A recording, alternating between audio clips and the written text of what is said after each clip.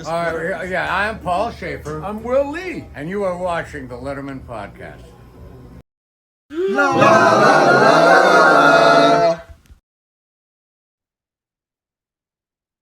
Welcome once again to the Letterman Podcast with Mike Chisholm. I am Mike Chisholm. I am so excited for this episode because it is the return of Tom Dreesen. Now, the first thing I got to apologize for is the audio. Okay, something's going on with my little soundboard here, and I think I'm going to have to maybe do a replacement on it. Tom came on. I tested all the equipment. Tom came on. And suddenly I sounded like Alvin from Alvin the Chipmunk. Actually, you know what? I'm not cool enough to sound like Alvin. I probably sounded like Theodore. But anyway, I sounded weird. And I realized that it's something to do with my soundboard. I don't know exactly what it is, but I did a bunch of changing around on the settings. And so I kind of sound like an echoey... I don't even know. There's an echo there and something on my end. It's my fault. It's this soundboard's fault. Figure that out. We'll upgrade things. We've upgraded the studio as we've gone along. I think about Tom's first appearance on the Letterman Podcast, where it was just in front of that brick wall, and I, didn't know anything about framing or presentation or lighting or anything like that. We're moving forward, so technologically we'll move forward from this as well. So I got to apologize for that, but it doesn't matter. Once you get past that, the content is so great, and Tom Dreesen is I just appreciate him so much. I look at Tom as a hilarious sage. Really, honestly, he is. He's so funny and so insightful and so clever, and so intelligent in all of those things. But he also cares for people deeply. The only reason he came on the show originally was because he cared for somebody wanting to preserve the stories and the impact of his friend David Letterman, and Tom loves telling stories. I love listening to the same story from Tom. I could sit there and listen to him all day, and we start the conversation talking about what he does for comedians and some of the workshops and things he puts on for mindset and things like that. I love that stuff. Just a great episode with Tom. Enjoyed it very, very much. And you know what? Let's just get right to it. Comedy legend and one of David Letterman's best friends. A guy who's passing on a torch, kind of like what we're doing right here. He's passing on the torch of Frank Sinatra, and I just love that about Tom so much. We're trying to pass on the torch of David Letterman and company, and all these things are intertwined here, and you'll see how in the return of Tom Dreesen. Tom, I love you so much. I'm so grateful that you're back here. Thank you for putting up with our technical difficulties. Hey, everybody, I might have a little bit of echo on my end this episode. It doesn't matter. We've got Tom Dreesen here again. And this is so exciting because it's been about a year since Tom came on our show. It was June 3rd, I believe, was last year was the first time he came on. And what has happened since then, how much we've grown and all these things that have happened. One thing that hasn't changed, though, is how much I appreciate Tom Dreesen so much. I've said this many times since meeting him. It's like meeting your favorite uncle for the very first time. Tom, I love you, man. Thank you so much for coming back on the Letterman Podcast. I'm happy to be here, Mike. I got a real slam day, but I'm squeezing this in because that'll be a lot of fun. I was up early this morning working out. I got also, it's a long story, but I had to do 2 other podcasts, and later on today, I'm going into the gym to work out on some stuff, and then so many things happening, but I'm happy to be with you anyhow. You are that guy, and I just appreciate everything, both in front of the camera and then obviously off the camera as well, the advice that you've given and whatnot. I appreciate this so much. You just met Don Giller before we hit the record button. You just met Don Giller for the first time. I love that. One of the things that you guys kind of joked about was you said, "Oh, hey, you've got all my appearances, that sort of thing. Get me some of the big laughs and send it to me." One of the big laughs that I still to this day adore, Dave, and it's going to lead to a question. It's going to lead to you burning one of your jokes. It's okay. You already burned it on Letterman. I heard you were dating a homeless woman. Yeah, well, I do that sometimes in my nightclub act. This is the greatest year of my life. I'm going out with a homeless woman now. And I say, it's great. After a date, you can just drop her off anywhere, and it's kind of a throwaway line, but it always gets a good laugh, You're on panel with Dave. You tell that joke. Is that planned that you're going to tell that joke, or are you guys just freewheeling at that point? No, he wanted to know questions that he was going to, all talk shows would do this. Yeah. The only one that didn't do that was our guy. Oh God, the guy who followed David Letterman, the guy from and I love the guy. Ferguson. Yeah. Yeah. No, not Ferguson. The guy from Conan. No. The guy the guy who was from Scotland or Ireland or Craig Ferguson. Yeah. He famously would tear up the blue cards and throw them away.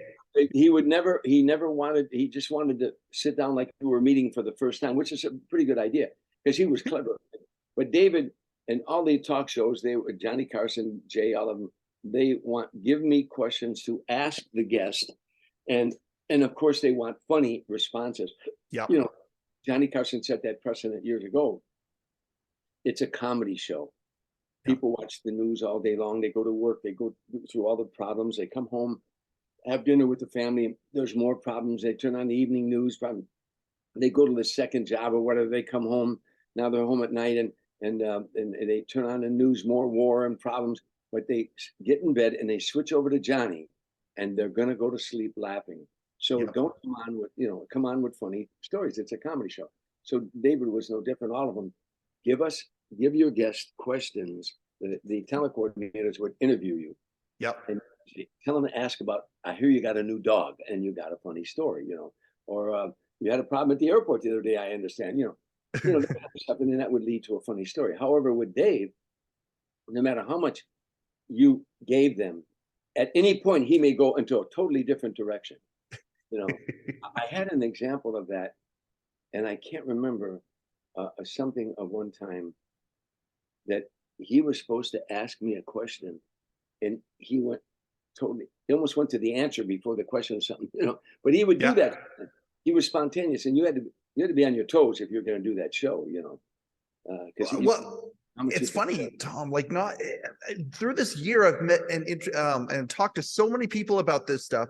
One of the things that it seems like Dave liked to do, whether it was in front of the camera or off camera to certain staffers, he loved to throw out little test balloons. He loved to throw out little quotes or anecdotes or somebody's name. Did you ever know this person? That sort of thing. He always loved to throw out little things to see if people would either take the bait or understand what he was talking about. And I think that after doing what he did for so long, when he had somebody in the chair with him who he could kind of play around a little bit with and throw things at, you're certainly an example of that, where you guys could go off script pretty easily and then bring it back on again. Well, he would go off on me all the time. He'd go off script. He would be polite enough as a friend to make sure he got the shot in that I'm appearing at such and such a place. Oh yeah. But for the most part, you had to be ready. When I went in there, I knew, but I didn't give a damn because he's my friend, and I love that spontaneity. And it wasn't like you're going on the show and, oh my God, if this doesn't work, I'm never going to get on again. So I didn't have that pressure. I knew he was my buddy. Oh gosh, I gotta shut this off. Oh, I forgot to shut this off. Hold on 1 second. No problem. We're all good, man.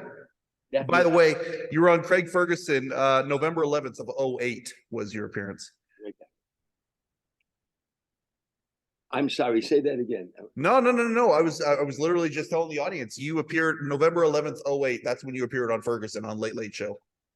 Oh yeah, and I hosted that show after before those guys, after David. One of the guys left. I can't remember. David. Yeah. After Craig left. Yeah, they had guest hosts. I hosted that show a couple of times. That was fun too. But anyway, I'm going back to Dave.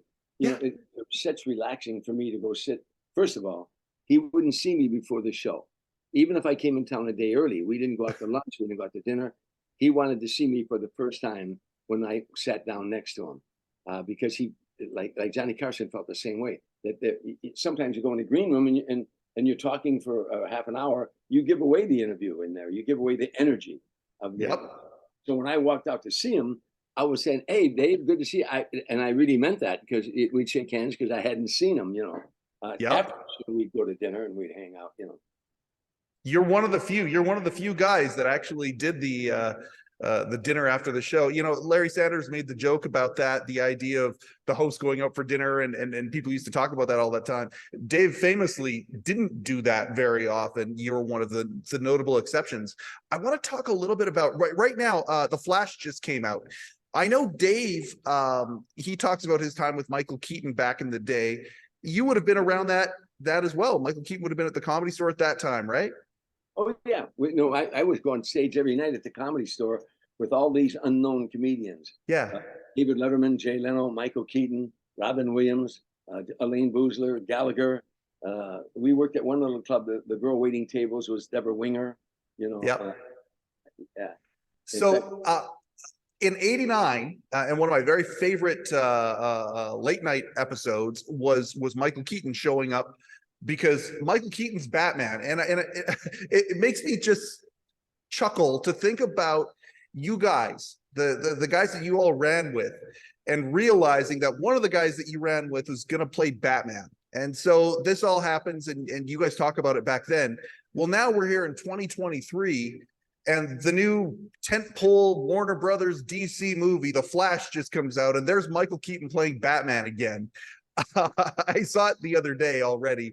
How crazy is that one of your boys got to play Batman not once but twice? I mean, all that. If you know, when we were brand new, you know, all of us spoke like, you know, we were trying to get to the heights, but I never knew that Jay Leno and David Letterman would be late night talk show hosts. Yep. I never would have thought that. Or Michael was a stand-up comedian. I didn't realize what a brilliant actor he was. Yep. You know, he all of them. You know, Robin. You know, you knew Robin was from outer space the first time you met him because of his comedic skills. But it's interesting that our class, the heights they went to and the things they did. You know, I'm proud of them all. You know, there's a Yiddish word, "fell." I'm Irish Italian, so I'm not Jewish, but I caddied at an Jewish country club, and they spoke a lot of Yiddish, and so we pick up on it as Gentiles. But one of the words I always liked was "fell." You know, you see your friends and you swell with pride. I fell when I saw David, when I'd see David on a show, hosting a show, or Jay, or any of the guys, Michael in a movie, or Deborah Winger was playing Wonder Woman and Wonder Gals, and then also became a wonderful actress. I swell with pride because we started out together. You know. And then, of course, and I mean, we said this the first time that you showed up here. I still marvel at that fact about people in your class, yourself, with Sinatra and all those people. Like, it's just bonkers how your class got a chance to do all these things and spread out the way that they have. Last time that you were on, I didn't get a chance to ask you. I know you do a lot of, like, even just this last weekend, you did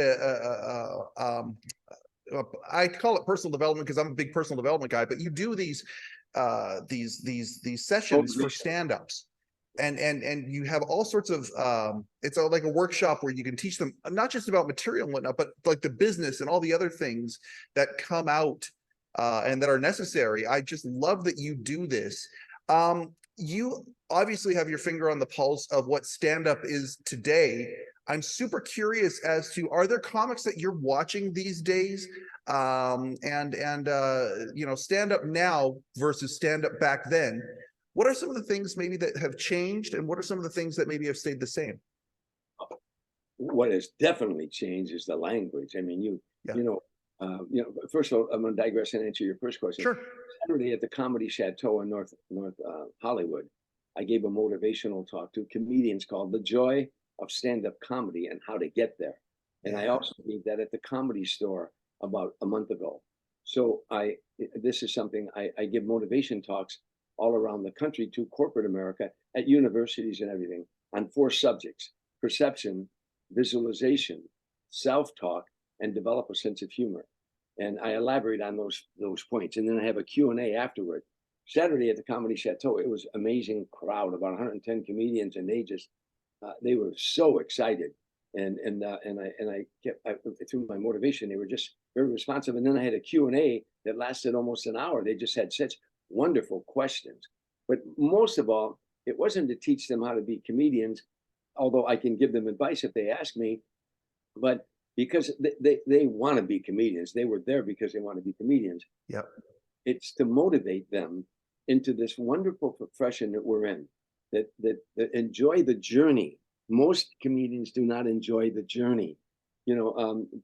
I always have said, and you've heard me say this, Mike, 85% of all stand-up comedians I met in my life are insecure, neurotic, sometimes psychotic, love-starved wrecks, absolute wrecks. And the other 15% are gifted, confident people who say, I know how to write a joke and I know how to tell a joke.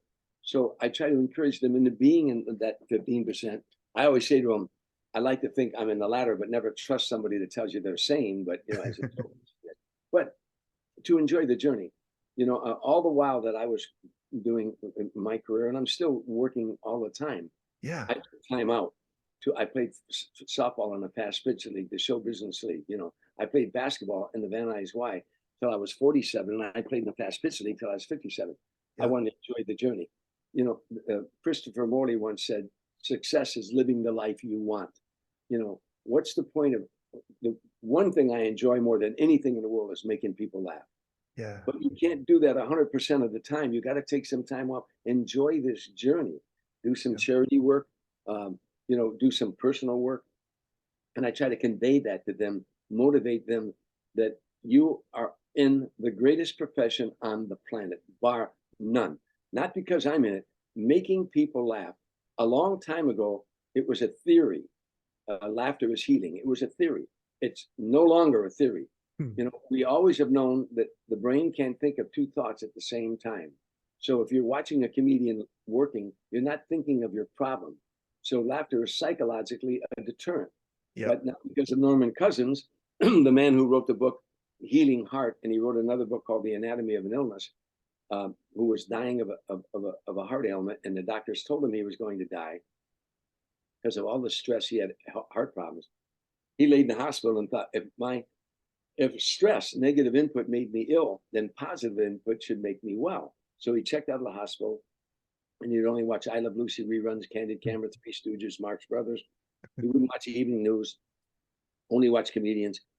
He lived 27 years after the doctors told him he was going to die. So like I tell the comedians, laughter is psychologically a deterrent. We know that. And now we know it's physiologically therapeutic, because when the human body laughs, UCLA did research on this because of Norman Cousins. When you have a hearty laugh and you laugh as hard as you can, endorphins are released from the brain into the bloodstream. So after a big laugh, you sometimes go, oh, and the sense of well-being, tears come down, you have a sense of well-being. Your body's gone through an actual chemical change. So laughter is not only psychologically a deterrent, it's physiologically therapeutic. Therefore, comedians are physicians of the soul. And I say to them, doctors, and I applaud them, that you're going to go around the rest of your life and you're going to help make people healthier. Yeah. And that's what I want them to realize. What an important profession you're in. And then I'll do one more point, and then I'm sorry, I don't mean to go this long on this, but no, this is great. Here's the next point, that insurance companies went around the world for 8 years, all around the world, trying to find out the 10 fears of man. Death was fourth, pain was second, getting up in front of an audience was the number one fear of mankind. I said, if you can get up in front of an audience as a house painter and talk about being a house painter, or a lawyer or a doctor for 45 minutes or an hour, you're in less than 1% of the population of the world. If you can get up and make people laugh for 1 hour, you're in less than 1/1,000,000th of 1% of the population of the world. Do you know how special you are? Oh. Don't ruin that. Don't tarnish that by destroying this marvelous thing you have, that comedians have, the brain, with drugs, alcohol, and all sorts of other stress. You can make people laugh. That's a God-given gift. You've worked hard to develop that, but don't throw that away with drugs and alcohol, because you're very important to the health of our society. I love this. I love that that's who you are. If I'm looking for wisdom and I hate to use the word elder, but an elder statesman of stand-ups, you are certainly it. The wisdom that you're putting out there is It's wonderful that you're able to take, again, some of these concepts that folks use in business or they use to, improve their lives, that sort of thing, to channel it so specifically for stand-ups and have a heart that you have. Because I mean, I got a lot of stand-up friends in my life too, and I know what you're talking about when you say some of these people.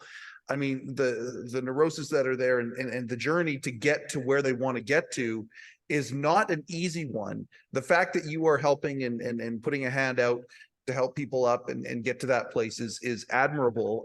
When I was asking about the current landscape, first thing you said is language. Now, you're pretty much 99% clean, aren't you? No, I mean, I can be naughty. I think the difference between being dirty and being naughty. Right. Being naughty. That's right. Because and I'm going to elaborate on this, but it's oftentimes when we go out on stage, inside is the child. They wrote a book many years ago called Healing the Child Within. Yep. But inside all of us inside of you, there's a little Mike, that's inside of you. He's the little boy. He's 6 years old. He loves everybody. He's going to first grade. He wants everybody to like him. He's just that little boy, And so sometimes little Mike might say something naughty and get a laugh. When the comedian goes out on stage as the man, sometimes he lets that naughtiness come out in him. And you can be that little boy that's saying those things that, you shouldn't have said that, type of thing. Now, when I say the language is different, I know every dirty joke there ever was or ever will be. I mean, I'm wearing a Navy hat today because I just did an interview with the Naval War College Awesome. that I do shows for the Navy sometimes and for the Gary Sinise Foundation. So anyhow, but Awesome. I was in the military for years. There isn't a dirty joke that I didn't hear or couldn't tell, and love them. And I'll tell them I've done stag roast with the best of them. But when I started out, you couldn't make any money with that. We're in show business. That's two words: show and business. When David Letterman, Jay Leno, and I, and Robin Williams and Michael Keaton, as you were talking about earlier, all those people, and Lane Boozler. When we started out, there was 3 networks: ABC, NBC, CBS. Mm-hmm. If you wanted to make it in the business, you had to get on the Tonight Show. So we're in show business. So we say, okay, well, how do I get on the Tonight Show? You watch Johnny Carson and you watch the comedians that were on there. You had to write material that could make grandma and grandpa, mom and dad, and the kids laugh. You had to write material like that. You couldn't say go to hell. You couldn't say damn. And then later, cable came along. When cable came along, oh, well, God, you can say whatever you want to say, just go off on everybody. And, Sure. And there's only one rule in comedy, Mike: be funny. That's the only rule in comedy. There isn't, well, you can't say this and you can't say that. Right now, the politically correct police who are so full of shit, who are trying to stifle comedians, telling what we have to say, what we can say and what we can't say. I'm so angry at them. We have the First Amendment. Thousands of men and women died in this country, hundreds of thousands. So we have the First Amendment, freedom of speech. You don't have to listen to us. You can turn us off. You can walk out the door. You can ask for your money back. But you can't tell people what they must say. Because when you start telling people what they must say, the next step is you're going to tell them what they must think.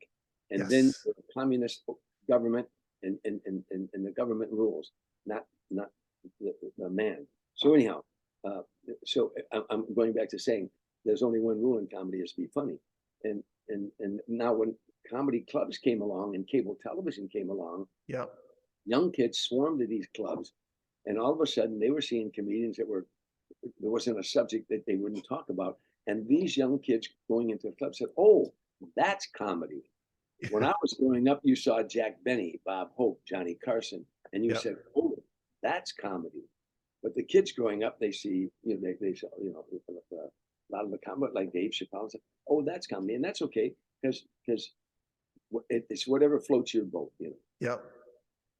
I wanted to get into this talk with you today. I thought it was going to happen like maybe later on, but I'm so glad it's kind of evolved into this because I want to bring it back to Dave for just a second here. It is fascinating to me watching Dave lately. And I don't even know what the phrase is, whether it's dip his toe a little bit or talk a little bit about the current comedy scene. He was on Neil Brennan's podcast, Blocks, which was Talk about, a new sensibility. Neil Brennan, when he goes out and does things, it's Chappelle's former writing partner. And he talks a lot about mental health, and he and Dave, and as they were talking back and forth about things, Dave's like, oh, nobody wants to know about my personal life or things. And Neil's like, no, that's what everybody wants now. It's shifted. It's gone into this place where everybody is vulnerable and they throw things out there. Dave talks a little bit about Bert Kreischer out there and what a phenom Bert has become, and is delighted when he realizes how much Bert made like $25 million last year, and Dave was delighted by that. And I love watching Dave interact with new comedians, the guys who are on top. Chappelle being on My Next Guest, another example of that. Tiffany Haddish as well. I want to know with yourself, because you came from the same generation. You did such a good job just talking about what things were like when you were breaking in, and then cable and things evolved and whatnot. You talk about freedom of speech. Back in the day, Carlin and those people, and Pryor and those people, were probably pissing off what then would have been considered the conservatives, the right. Now these types of people, Chappelle and some of these people that are pushing the envelope, they're pissing off people on the left, the political correctness police, as you're talking about. And isn't it interesting how we've seen the pendulum swing from one to another? So, I just threw out a whole bunch of stuff there, but I love talking to you about this. You are nothing short of an expert. And are there any comedians today that you're watching that are kind of, that intrigue you? Oh yeah, so many. Bill Burr. I worked with Bill Burr at the Comedy Store a while back. Several times. I like Bill a lot. Sebastian Maniscalco. I like him. Yeah.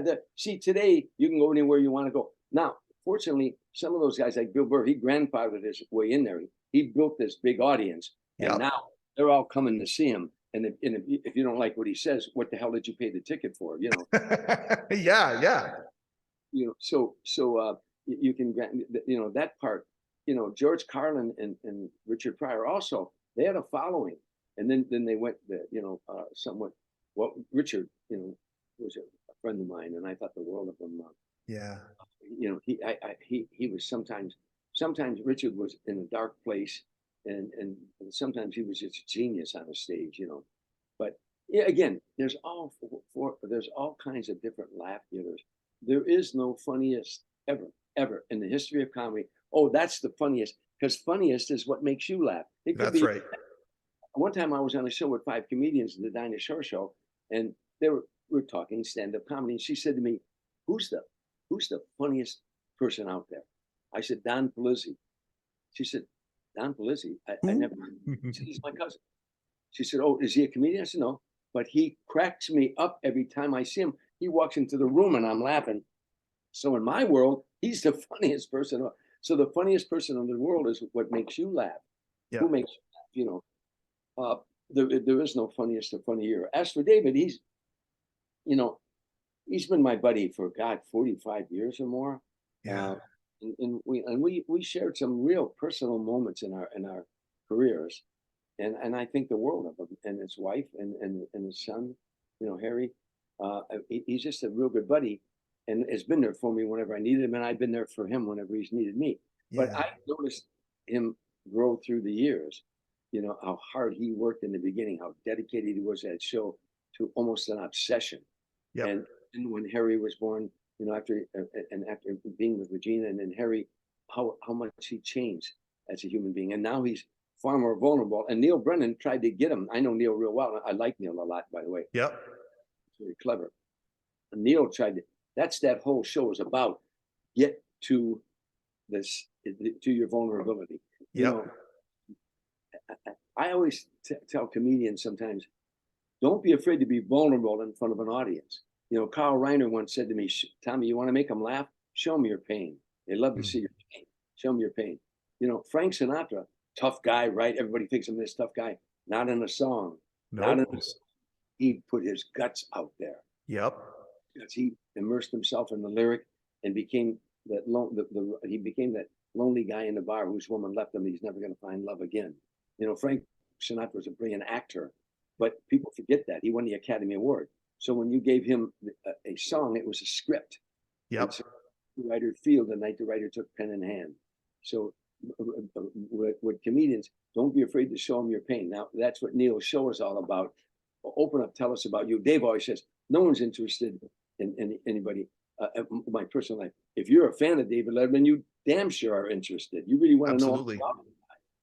But there's always a fear in certain people that if I expose myself too much to them, Yeah. they still like me. Yeah. Some people, when they walk on stage, have a stage persona, and some people are just a continuation of themselves.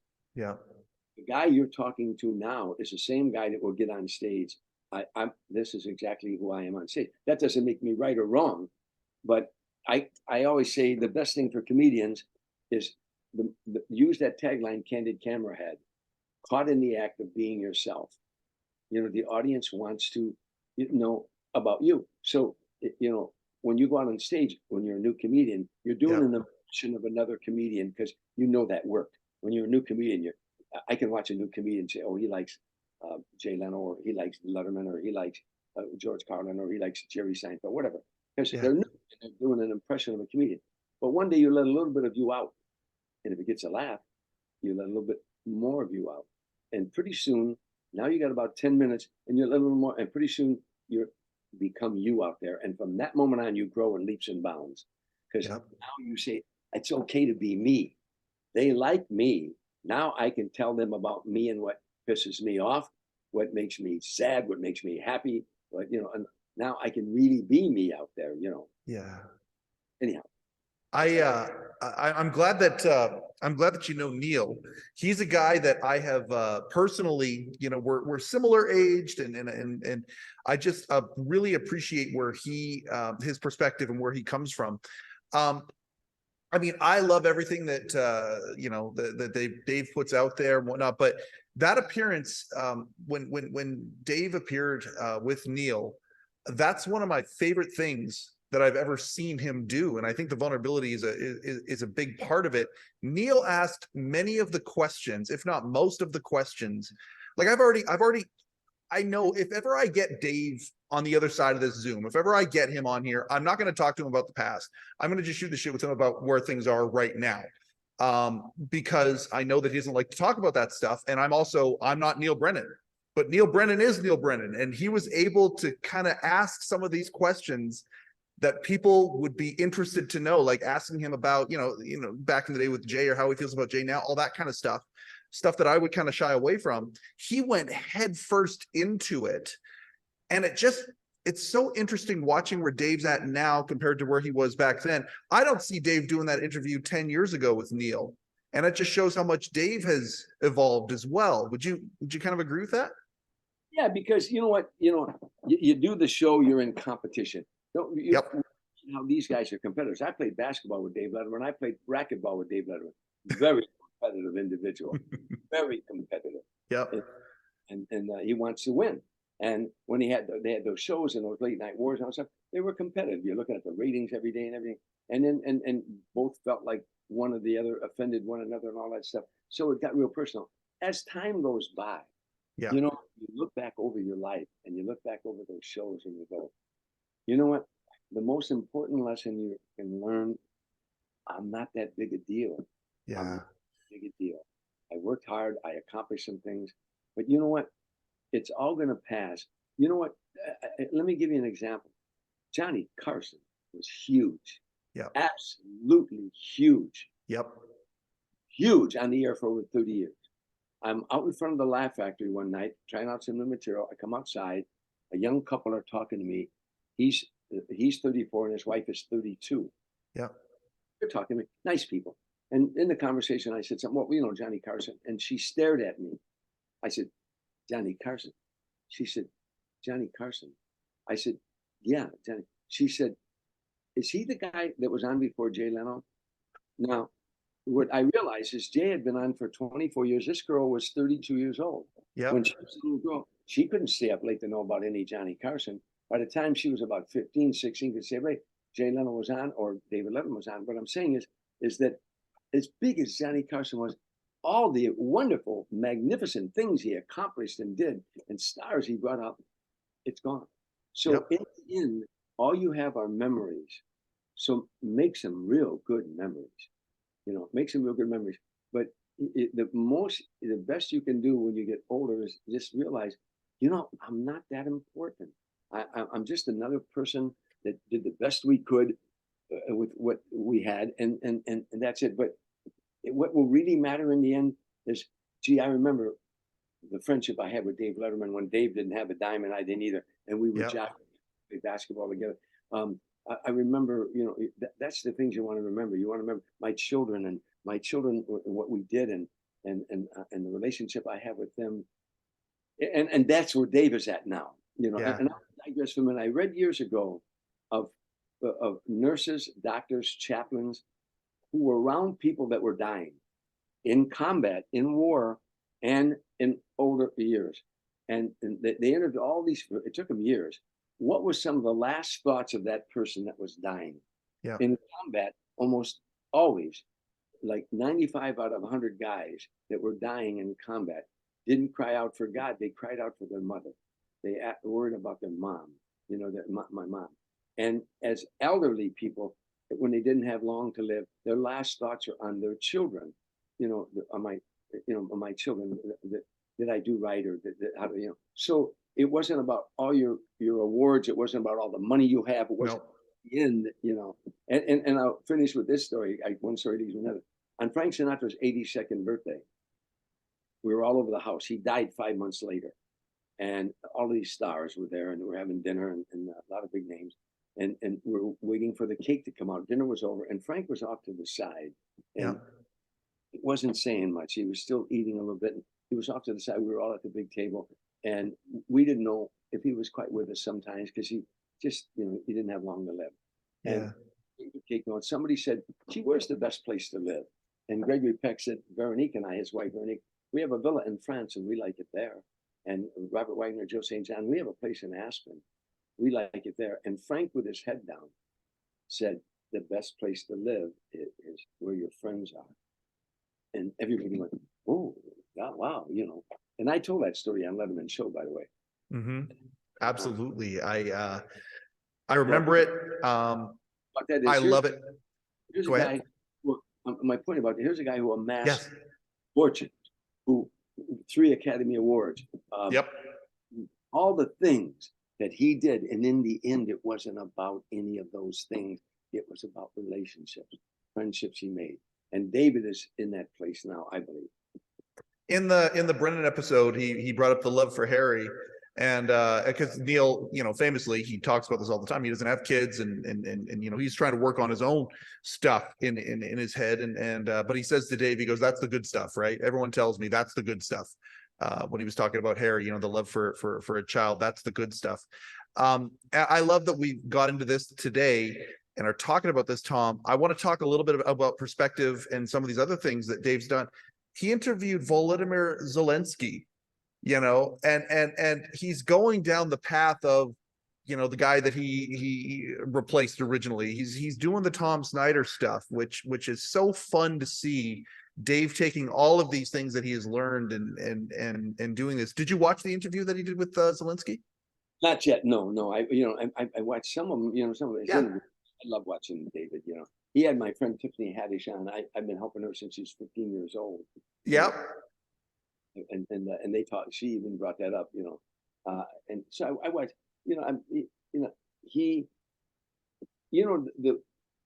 I wanted him to interview a guy named Jordan Peterson. Oh my gosh! Yeah, I just saw Jordan Peterson speak, actually. Oh, did you? I want. And David said to me, watching me, he said he'd eat me up. And I said, no, he wouldn't, because you would show respect for him. But, if there's one thing that I could say about David, and I say it in front of him sometimes, and he wants to poo-poo it and don't even bring that up. Yeah. He does not know how good he really is. And nor does he want to know how good he really is. That's okay, let's expound on that a little bit. He's really, really, he's extraordinary in so many ways. Yeah. He's smart, he's bright, he's intelligent, he's curious. He's opinionated. He's got I know his opinions on a lot of things. He doesn't bring that up in an interview. He just wants to know your thing. Yeah.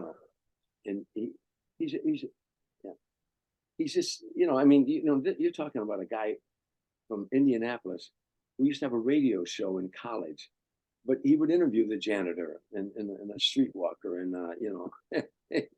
he's that kind of curiosity. He's shy. He's getting better. And when we go to dinner now, I find him, and he lets me hug him now. You're kidding. I say, hey, Dave, there used to be a guy named Jimmy Wiggins that hugged everybody. Yeah. He was brand new. And God rest his soul, Jimmy's a good comedian, passed away, but Jimmy was a hugger. Hey, Tommy, and he'd hug you. Hey, and he'd hug everybody. And we'd be 3 or 4 comedians. We were talking, and Jimmy would be coming toward us, and they would go, oh, no, he's going to hug me. No. Behind me. Because Wiggins was going to hug him, But he's better at that. Well, and the other night, a place called Musso Frank. Yeah. Oh, I love that place. It's been in Hollywood 100 years. Yep. More. But anyhow, me and Jeff Altman and Dave and Paul Schaefer and Dave's agent and Dave and Mary, Dave's assistant. And it was great. How long ago was this? Too long ago, just I guess about a month ago. But be a fly on that wall. Okay, go ahead. Yeah. We had a great time. And and we just talk about things, Yep. I don't know if I can tell this story, and I guess I could, but Dave shocked me the most. Toward the end, I'm on his show one night, and I think you saw it, but he said to me, "You remember when Red Fox? What's it? You remember that story about Red Fox?" I love this story. Oh, please. Yep. The truth was, of course, I remembered that story. Yeah. He said, "Tell that story." Well, you can't tell the story without swearing, and he's got a live audience there. Yep. I said, I think, are you talking about the same story I know about Red Fox coming out to 5 people in the audience?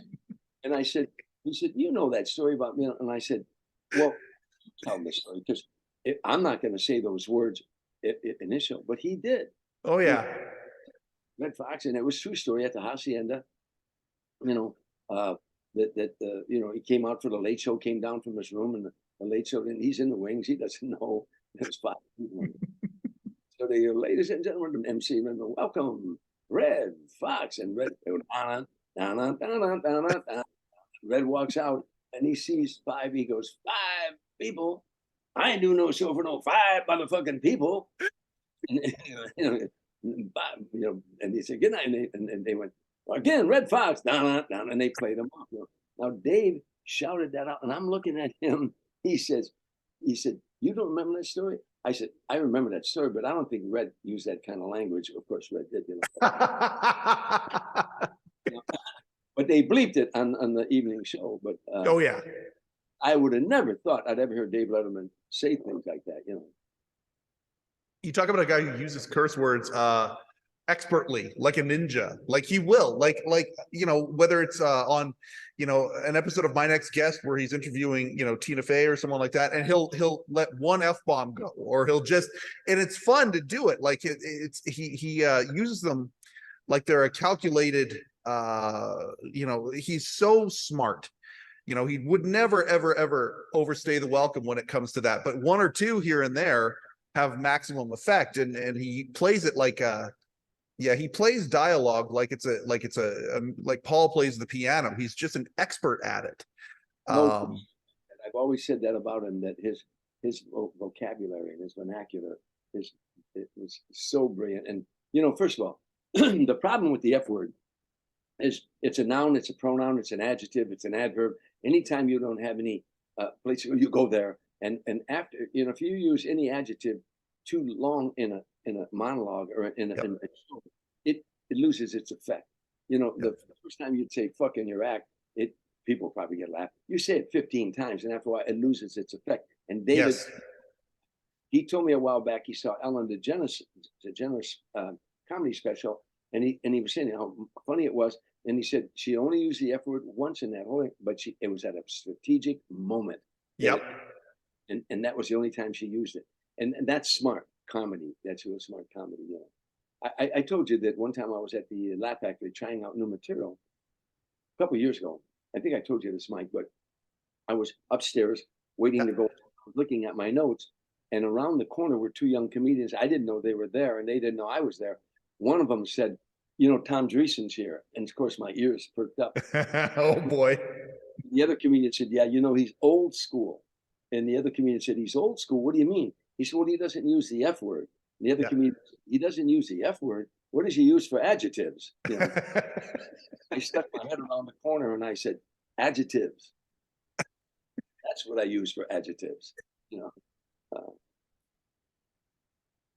It is a free form. It's a total free form, and people can make of it. And like you said, I love what you said earlier too.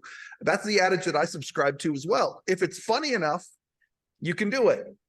But it better be funny. And that's, you can get across everything, but the broader sensibility, where, guys like Leno or Seinfeld or whatever are known to be, clean comedy. Norm Macdonald, when he was on Comedians in Cars Getting Coffee, he says to Jerry, he goes, clean comedy is the superior form because it's tougher. And I get that. But when you look today at the biggest ones that are out there, and I mean, there's notable exceptions, of course, lots of them. But a lot of these comedians are pushing that envelope and being edgy about things. The polarization is something that, in my opinion, you'd be an expert at being able to kind of not be like, you haven't been polarized about anything in anything that you've done, have you? Like that's just not you.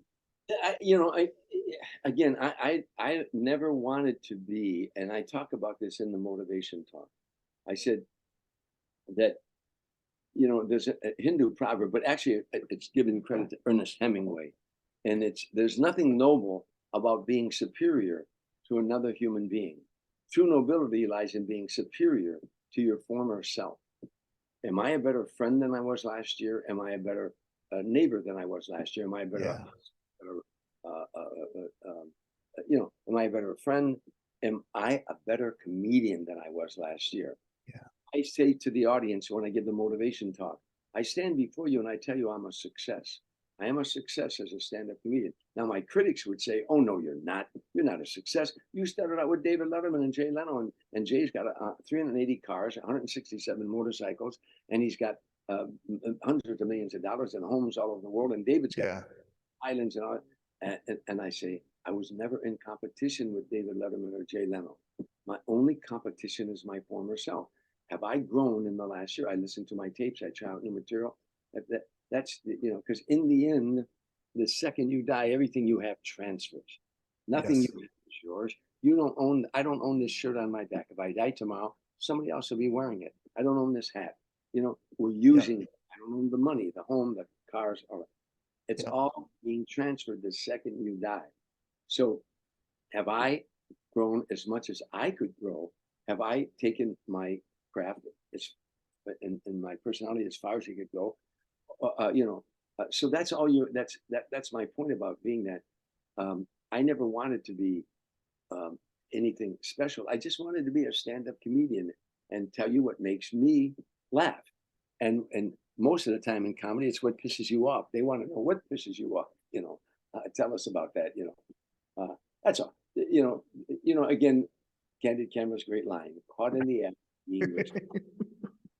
Don just sent me, I don't know, I hope you can see this, but look at these hooligans right here. I don't know if you can see, there's you and I got George and Dave.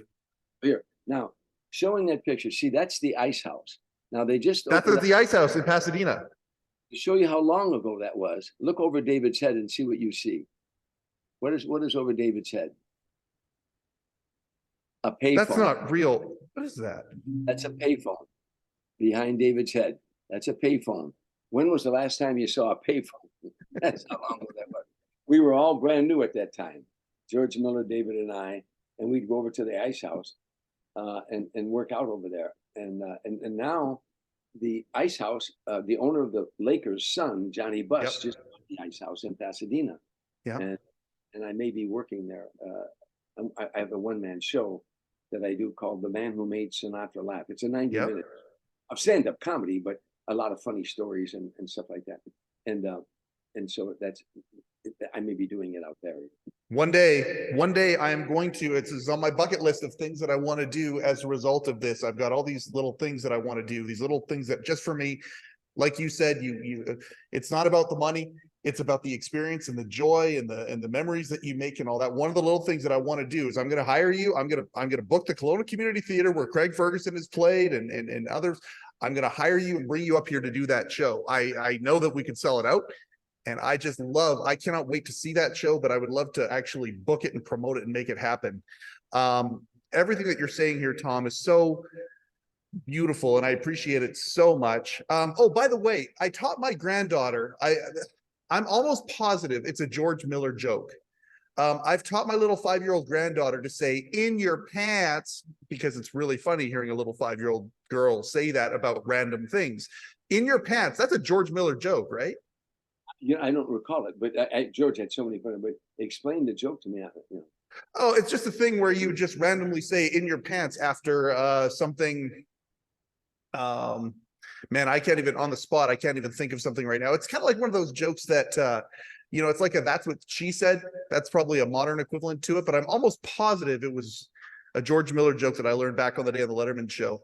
Because he would take cliches like that and turn them into great routines. He was a good comedy writer, really funny comedy writer. They roasted me one time. He was the master of ceremonies. It was when we were new. I was the first one of our class to get on the Tonight Show, to break out. Yep. So, and I had some fame going, and so at Mitzi Shore at the Comedy Store had a roast one night. David was the MC, and on the dais was Jay Leno and Marsha Warfield and I think Jay Leno, George Miller and Johnny Dark and Paul Mooney and they just ripped me. When they got finished ripping me, they went after my wife, who was in the audience at the time. I was at that time. They went after her, but it was some funny stuff. But George Miller had his line on me was, he said, the LA cops stopped Tom Dreesen, and they said, "You want to talk here or down at the station?" And Dreesen said, "Both, and in the car."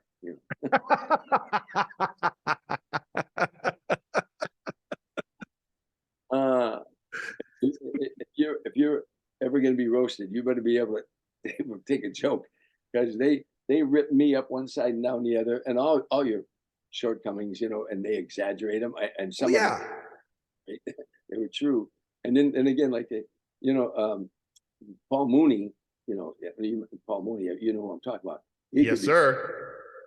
When I was struggling out here in the West Coast, my ex-wife had separated from me.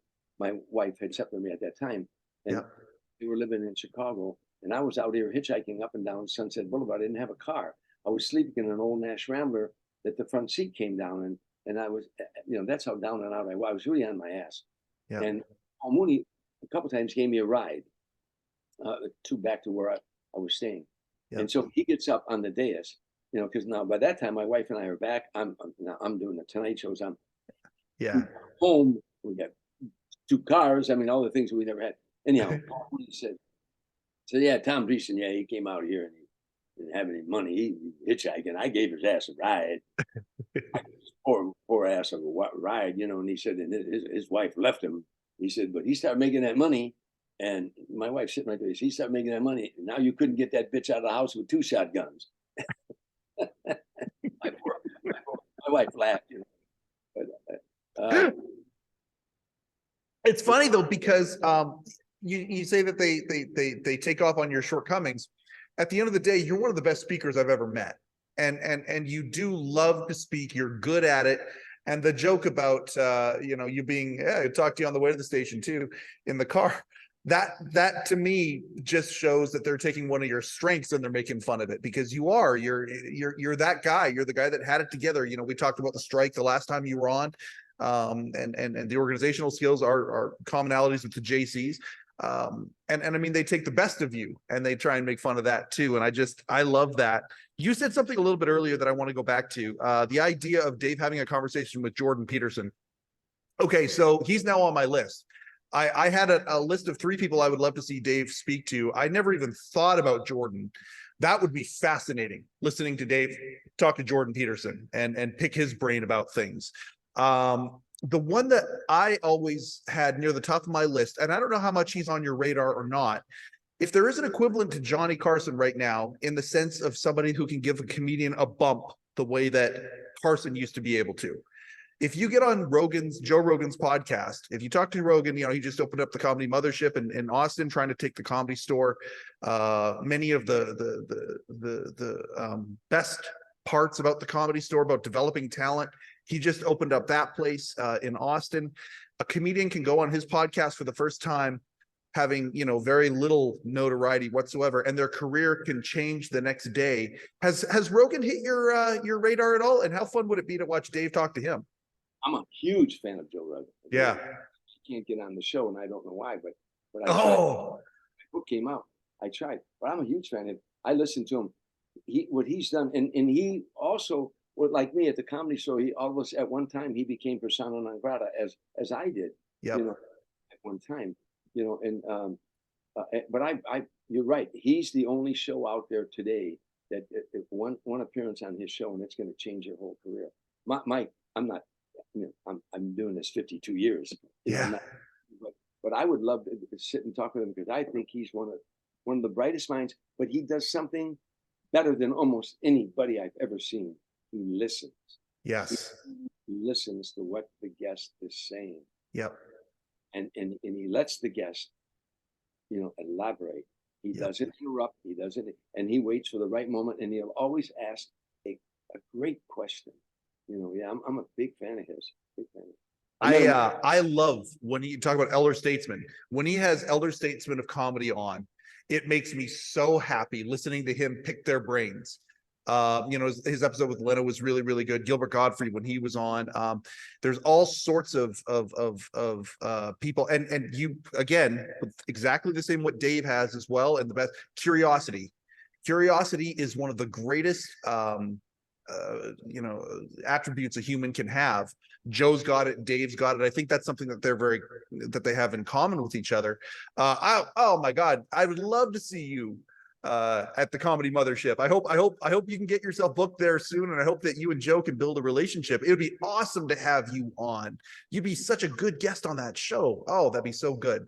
Your mouth to God's ears. I would love that. Yeah, because I am a big fan of his, and I would really enjoy that. But anyhow, what are you going to do? No, but he's a guy that I want to see Dave interview too. Like, because again, you've got somebody who broadcasting has changed, late night has changed. All of these things are very, very different from each other. They don't have on network television, they don't have the followings that they used to, because things have been so fragmented.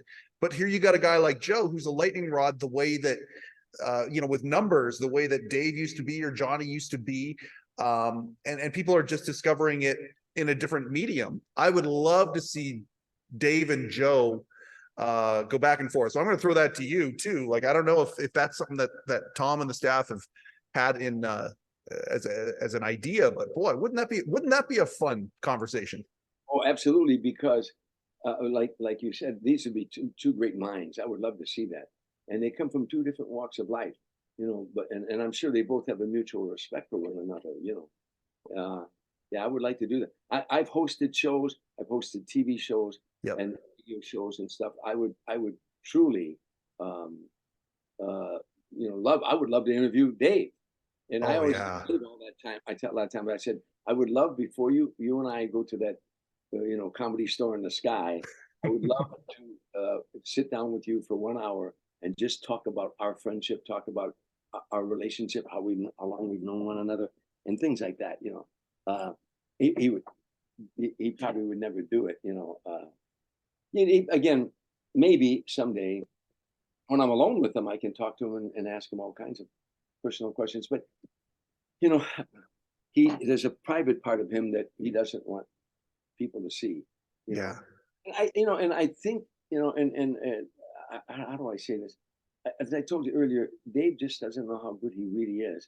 But I think inside of a lot of very, very successful people, a lot of creative people, is they don't, a voice somewhere in there says to them, I really don't deserve all this. I really don't deserve all this. And if I expose myself if I really tell them how I feel inside, they'll think you're right. You really don't deserve all this. Yep. But Neil Brennan's not afraid to go to places like that. No. And it doesn't make him right or him wrong. Some people just don't want to go there. It's too painful to go there or too uneasy to go there. And other people are just free with that. That's why what makes the world go round, doesn't it? All these different personalities, Without a doubt. I certainly can relate to this personally. This last year, I've gone through 2 or 3 different little bouts of imposter syndrome. It's defeating imposter syndrome is such an empowering feeling. Being caught in the midst of it is dark and awful. And there's a lot of folks who they don't give themselves that type of even permission to go out and do the things that they want to do.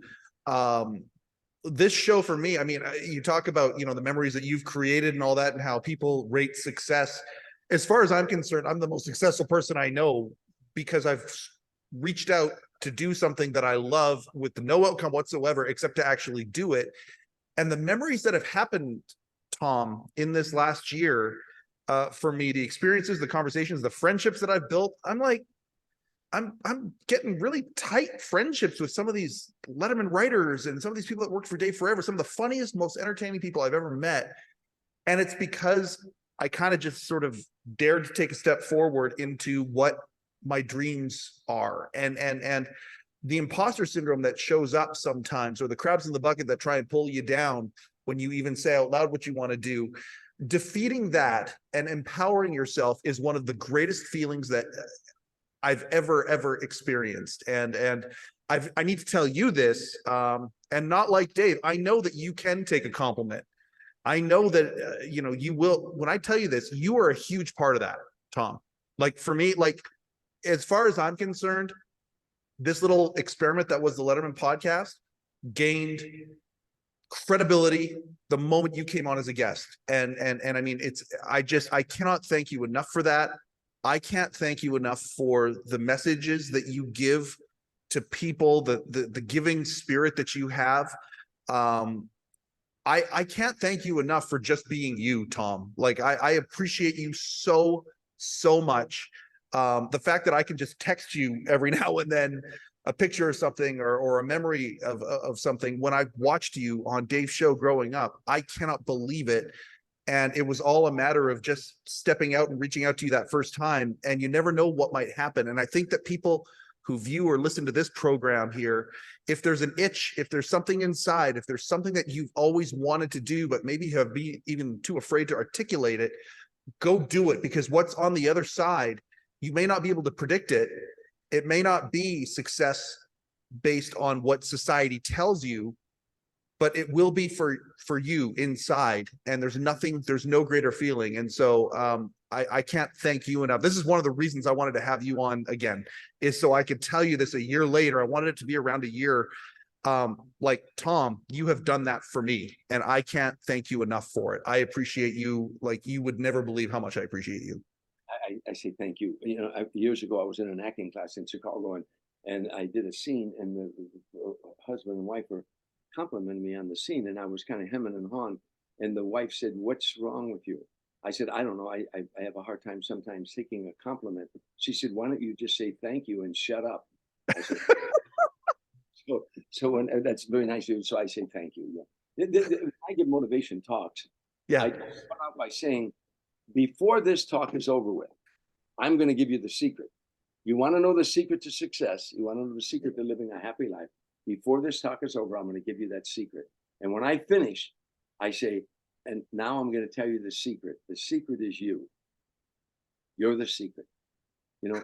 You are far more powerful than you ever thought you could be. Yeah. And I'm going to show you how to bring that out in you. And I do in the talk. But you've got 2 choices, Mike. You can either chase your dreams and fail, and never be afraid to fail. Failing keeps making you get up. Every failure gets you closer to your success. But never be afraid to fail. You can either chase your dreams, or you can just think about them and never do it. And one day be sitting in a bar somewhere with your buddies or sitting around wherever your family and say, I could have, I might have, I should have. And they're sitting there thinking, if you could have, you would have, but you didn't. So, you got a choice. You could also be sitting around and saying, let me tell you something. I did everything I could humanly possible to reach success. I fell short, but damn it, I tried. Yeah. Damn it. If you remember the movie, was it One Flew Over the Cuckoo's Nest with Jack Nicholson and Yep. all them in the mental institution? Yep. Movie, and there was a scene in there about the water fountain that he decided he bet a guy he could go over and The chief, yeah.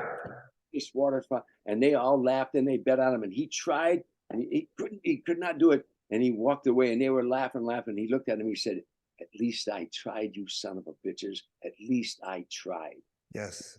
So that's what it is about in life, that you're the secret, you're the secret. This is your universe. This is your time. You're only here for a blink of an eye. This planet Earth has been here for 5 billion years. Yeah. 250,000 years, dinosaurs ruled the planet Earth. Man in his present form, from Cro-Magnon to now, maybe 100,000, Cro-Magnon, Neanderthal to now, maybe 100,000, 120,000. Yeah. But the planet's been here for 5 billion years, and it's going to be here for 5 billion more before the sun destroys the Earth. The Earth is moving closer to the sun. So one day this planet will look not unlike Mars looks like right now. So if you think this planet was here 5 billion years before I was born, it's going to be here 5 billion after I die. Not thousands, not millions, billions. That means your lifetime on this planet is a blink of an eye. How? It's over. How? That you would spend one moment of that blink of an eye bitching and moaning and cursing your lot in life is an absurdity. That you would spend one moment at blink of an eye not going for your dreams, not going for your goals, is spitting in your master's face saying, I don't appreciate this great gift of life. This life, that you don't chase your dreams. If someone knocked on your door every day and as you opened the door and gave you a wonderful gift, this gift of life, how much would you appreciate original gift? How much would you appreciate the gift? How much would you appreciate the giver of the gift? Every day is a celebration. Every day is a chance to go out and, you wake up in the morning. What life might I change today? Who might change mine? What wonderful thing to do today. Get out of bed every morning with that kind of spirit, that if you're religious, this is the day the Lord has made. Let us rejoice and be glad in it. Get up and say that, but open up the curtains and say, look at this beautiful day. Wow. I wonder what wonderful things are going to happen today. That's part of my perception talk, and I don't want to keep going on about this, but perceive this day as all of life is about perception. Yes. Perceive this day as a great day, and it will be. Perceive this life as a great life, and it will be. Perceive yourself as something great, and you are. Yes. You could go on all day, but I know you have a jam day, and I want to be very respectful. And besides, we're buds. I can have you back. I want to have. What do you think of this idea? What do you think of the idea of having you and Jeff on one time? Well, that'd be fun. I mean, I love Jeff. I mean, we started out together. Oh, okay, great. That's all I need to know. I'll tell you this: when Jeff phones me, I don't like answering the telephone, and the reason I don't like answering the phone is because the voicemails. And particularly the voices that he will use on the voicemails are just some of the funniest things I've ever, and it's just everyone's like a little gift, and I just appreciate that guy so much. Okay, before we say goodbye for your second appearance on the Letterman podcast, second of many, if I have my way, Don Giller, who you just met today for the first time, would like to ask you a question before we end up. So Don, if you want to pop on. Ask me 2 questions. There you go. Ask him 2. This is a Frank Sinatra related question. When I was 14, I was watching Sinatra's "A Man and His Music" that aired in 1965, and I remember being mesmerized by I think it was his debut performance of it. It was a very good year because it was released around that time. My question is, did you and Frank ever talk about his music, in particular that song? Well, not only that song, but a lot of other songs. When I stayed at his compound, first of all, Frank never went to bed till the sun came up, ever. Or on the road or off the road, he was nocturnal. So whenever, after the shows, we stayed up till dawn, in Vegas or wherever we were. When I stayed at his compound down in Rancho Mirage, I stayed there 6 times a year or more. He would come and get me out of my bungalow And he'd say, come on, Tommy, let's take a ride. And we'd ride around the desert till dawn. And we'd talk about all sorts of things. But the wonderful thing about me, about being with him then, is that when I was a little boy shining shoes in all the bars, he was on the jukebox. His songs were on the jukebox, you know. And fast forward here, I'm riding around the car with him. And we talk about his music and stuff like that. But he, the thing that I liked the most was when we were in the car, there were nights he was not the great Frank Sinatra, and I was not this comedian. I was a kid from the streets in the south side of Chicago, and he was a kid from the streets in Hoboken. And we talked about the neighborhood and people like that, people from the neighborhood, two guys from the neighborhood.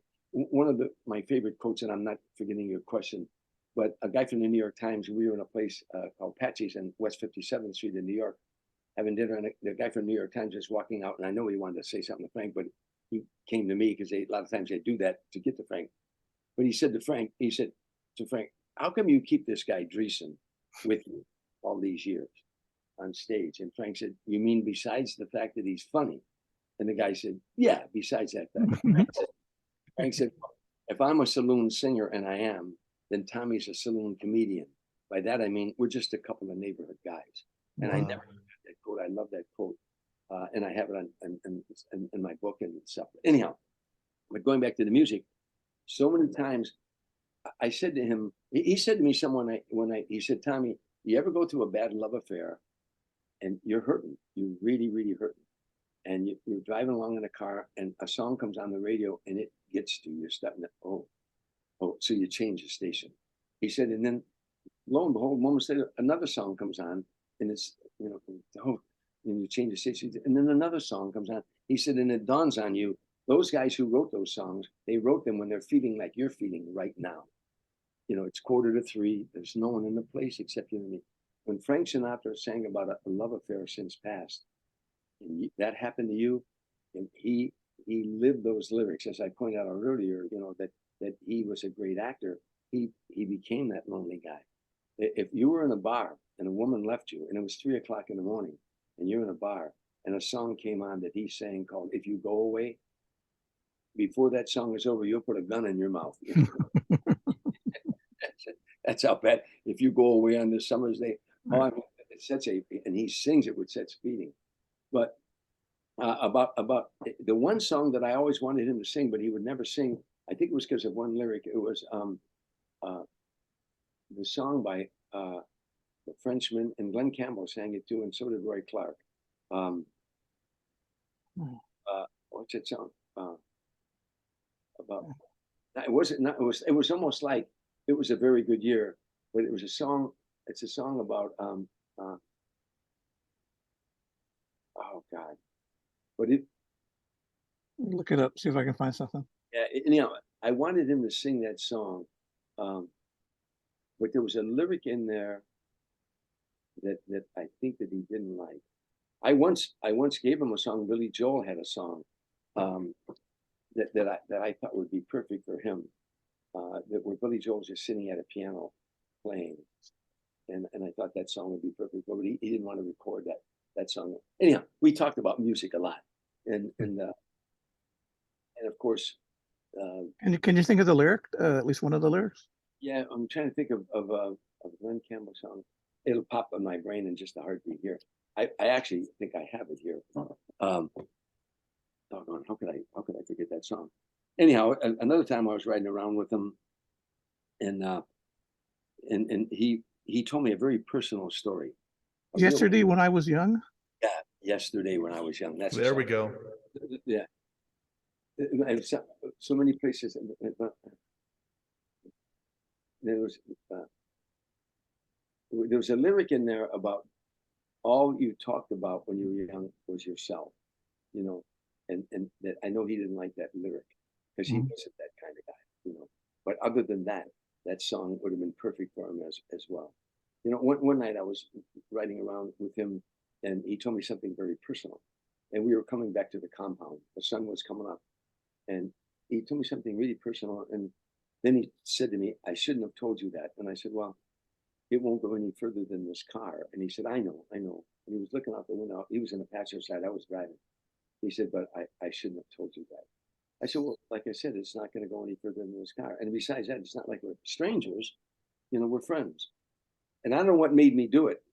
I was driving the car. I looked at him. I said, "Strangers in the Night." He said, "That song, get in key."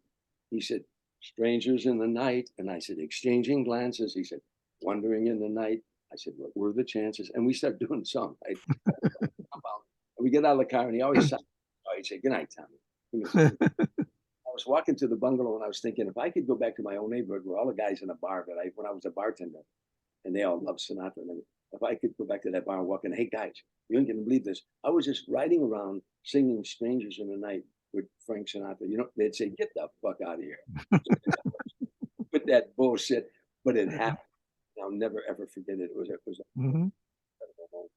Yeah, there's something about it was a very good year. I think Nelson Riddle, I think he arranged it. Yeah. Is that right? Yeah. And just the strings, just how the arrangement would change for every verse. It didn't grow. It just took you to a different. It was an interlude. It just took you out. Yeah, I can't. It's one of my favorite songs. It is. That's all. Golden limousines. Those chauffeurs would drive when I was 35. That was those lyrics. And when you'd watch Frank sing it, I'd sit in the wings and watch him, and he would tell that story because that's how brilliant an actor he was. Charlton Heston once said to him, he said about Sinatra, he said, to watch Frank Sinatra sing a 4-minute song is like watching a 4-minute movie. Mm-hmm. It's a beginning and a middle and an ending. Yeah, because it was, I think, one of his longest released singles. I think. Again, that Sinatra had something. I reminded him that in the car one night that years ago, before I ever knew him, I heard him on an interview, and he was saying, and he agreed with me in the car. He said, "Yes, that's true." He was saying, in order for a boy singer to be popular, now in those days, the big band era, they called the man and woman on the stage with the Tommy Dorsey band or all those other bands, Artie Shaw, they call them the boy singer, the girl singer.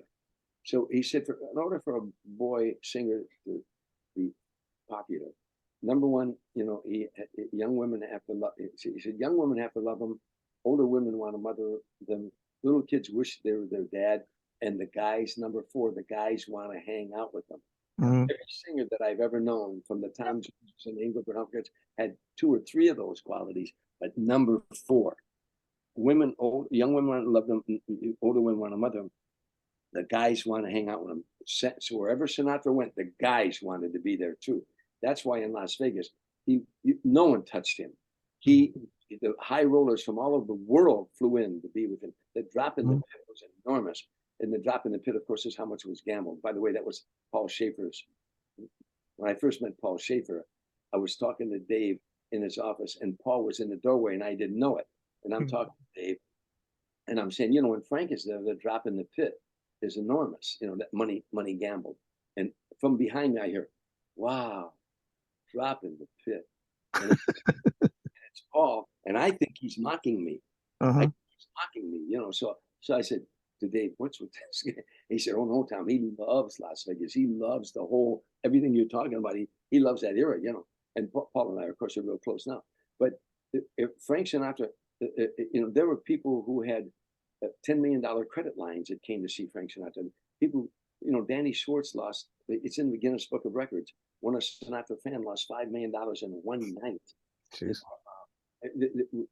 That's he made. They should build a monument to him up and down that strip. Because the guys wanted to hang out with Frank. Yeah. Young women love you, older women love you, and the guys want to hang out with you. He had all those qualities. He didn't work on those qualities. He just had them. Mm-hmm. But nobody. By the way, and I'll finish one thing. Steve Lawrence, who's a wonderful singer, wonderful, wonderful singer. We were having dinner one night, and Steve looked up from dinner. He said to Frank, "You ruined it for all the rest of us." He said, because when they heard you sing it, they knew how it was supposed to be sung. Mm-hmm. Well, it certainly beats Something Stupid. Yeah, well, yeah. And yet that was a huge hit. Yeah, no, I think it followed Strangers in the Night, I think.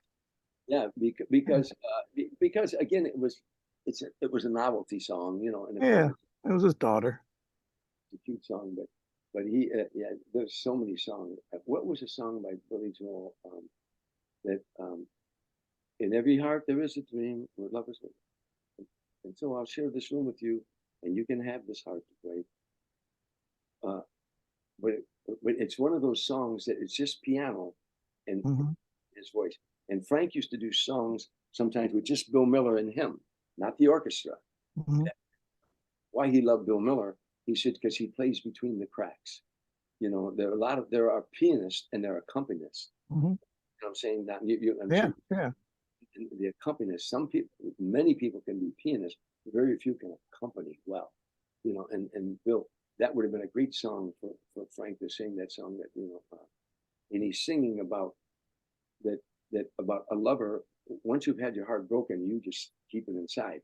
But in every heart, there's a room where lovers go to hide. But now he's meeting this girl, and he's saying to her, he's still heartbroken for something before, but he said, but he doesn't want to be alone. So he said, I'll share this room with you, and you can have this heart to break. You know, uh, and it's one of those things. But if you go, I'll understand. Leave me just enough love to fill up my hand. You know, he said, but if you stay, I'll make you a day like no day has been. You know, and it's, but in the end, it's that she's going to leave him, and man, you feel that. Man, you just feel it. And you felt the joy of his songs. You know, no one on this planet, he's arguably the greatest pop singer that ever lived. No one, to me, I've never heard anybody that could compare. Many that tried to, many that learned from him, but he just had a feeling for a song like no one. His son Frank Jr., by the way, is a good singer, could sing. In the 14 years I toured with Frank, twice Frank canceled, and Jr. Jr. had to step in, and he did a great job. As good a singer as he was, there's something about Frank that you felt that. You know, you just feel that heartache that he's feeling, or that joy that he's feeling. You know, I watched this song 1,000 times. You know, I've heard it 1,000 times. Come fly with me, let's fly away. I heard that before I ever met him. One night I'm watching him sing it when I first started touring, and for the first time, when I first started touring with him, for the first time, I said, now I know what that song means. He's saying, fly me to the moon, fly me to the moon. Let me play among the stars. Let me see what spring is like on Jupiter and Mars. In other words, hold my hand. You hold my hand. That's what I get. Darling, kiss me. All that happens to me when you touch me. I had heard it that night for the first time, and I had heard it 1,000 times, you know. Wow. I love light bulb moments. And Thank you. What's that, Neil, Don? let me sign off. Thank you for that. Oh, Anything else thanks, Don. Anything else you want to ask? Nothing I'm prepared for. I mean, yeah, my mind's a blank. Thanks, Don. I appreciate everything that you do always. And I think Don's coming on as a guest, I think, fairly soon, which is going to be a lot of fun. He famously doesn't do a lot of interviews, but he just did one with, hey, do you remember Alex Bennett? Alex Bennett, radio guy. He was in Seattle. He was at Live 105 and the Quake, and he would have comics show up all the time. Alex Bennett. You know, I remember that name, and I performed in Seattle, not in comedy clubs, but, you know, with different artists, you know, like Mac Davis and touring, you know, with Gladys Knight Pips and Natalie Cole, different artists I toured with. And in that area, I may have done an interview with him. I know, yeah, I've done 1,000 interviews. In San Fran, yeah. Alex Bennett in San Francisco had his radio station. I think that's where he would have met you. He might have met you in New York, although I think it was San Francisco. He had a live radio station where all radio stations are live. He had a studio audience in his radio station where people would come in, and he had comics there every single day. He was on the Quake and Live 105. Anyway, he just did an interview. He's in his 80s now and is still doing stuff online and whatnot. He just did an interview with Don Giller. So I'm hoping that looking like Don will come on here as well. There's a guy who is fascinating as well in the lore of Letterman. Thank you very, very much for letting him come on and ask that. And I just appreciate everything that Don does for us. The one thing that you are doing, and as you talked about Frank, I'm listening to you and how all of these things that you just caused to come to life as you talk about him. And a lot of people have heard of Frank Sinatra, but like Johnny Carson, you did a good job of talking about how, these things pass, these moments, they pass, how quickly our lives are. I love the fact that you are a torchbearer for Frank, for that life, for showbiz, what things were like at that point. I think it's extremely important. And it's just, I'm akin to it because that's how I feel for whatever reason about this Letterman stuff, this legacy, the legacy of the greatest body of broadcasting work in history. That's the tagline. And I think that's one of the reasons why I appreciate you so much, Tom, is that you're so earnest in wanting to pass that torch on to others. That's how I feel about Dave and Company. And I just want to say thank you very much for the inspiration that you've given to me in wanting to be that. And I look forward to more silliness and going down memory lane and all of that with you in talking about Dave moving forward. Thank you so much for putting me in your day-to-day even. Like, I just appreciate you so much, Tom. I appreciate that, Mike. I'm glad you do. Nothing we have is ours. We have to pass it on. Even all the knowledge you've received in your life, all the things you have to pass on. They're not yours to keep. Any lessons I've learned in life that help me, I'm not supposed to keep them. I'm supposed to pass them on so it'll help someone else. And the same way with memories and people that you've worked with that might be of interest to other people. You got to pass it on. If it's coming from the heart, it's never going to be wrong. Yeah. I got to run too because I got 2 more reviews to do. Yes, you do. Thank you very much for your time. I appreciate you so much. I'll hit stop now. I'll do a separate intro and we can say our goodbye really quick here. Thanks very much, Tom. Oh, hey, Tom, if people want to connect with you and they want to see you, where's the best way to do that? What's the best way to connect with Tom Dreesen? Go to tomdreesen.com and it's DREESEN. Everybody spells my name. They always put an extra S in there, but it's 3 DREESEN.com. And you'll find out, all you want to know about me and where I'm going. And, I have a book out called Still Standing. Is the movie still being worked on? Yeah, now we're talking more. They're doing a documentary on my life about the book Still Standing, and we've already filmed some of that, and we're going to be interviewing David. And so we're doing that, and then we're talking about doing the miniseries. Tim Reed and I were America's first comedy team. History shows were the last show that we're now trying to push that as a 6 1-hour miniseries. So I got so much going on. Good. I'm glad to hear it. You got so much going on today as well. I'm going to hit stop now. We'll say goodbye real quick. Tom Dreesen, ladies and gentlemen, we're so grateful for him and that he is a friend of the Letterman Podcast. We appreciate him. Thanks very much, Tom. Okay, buddy. Take care, Mike. Talk to you soon.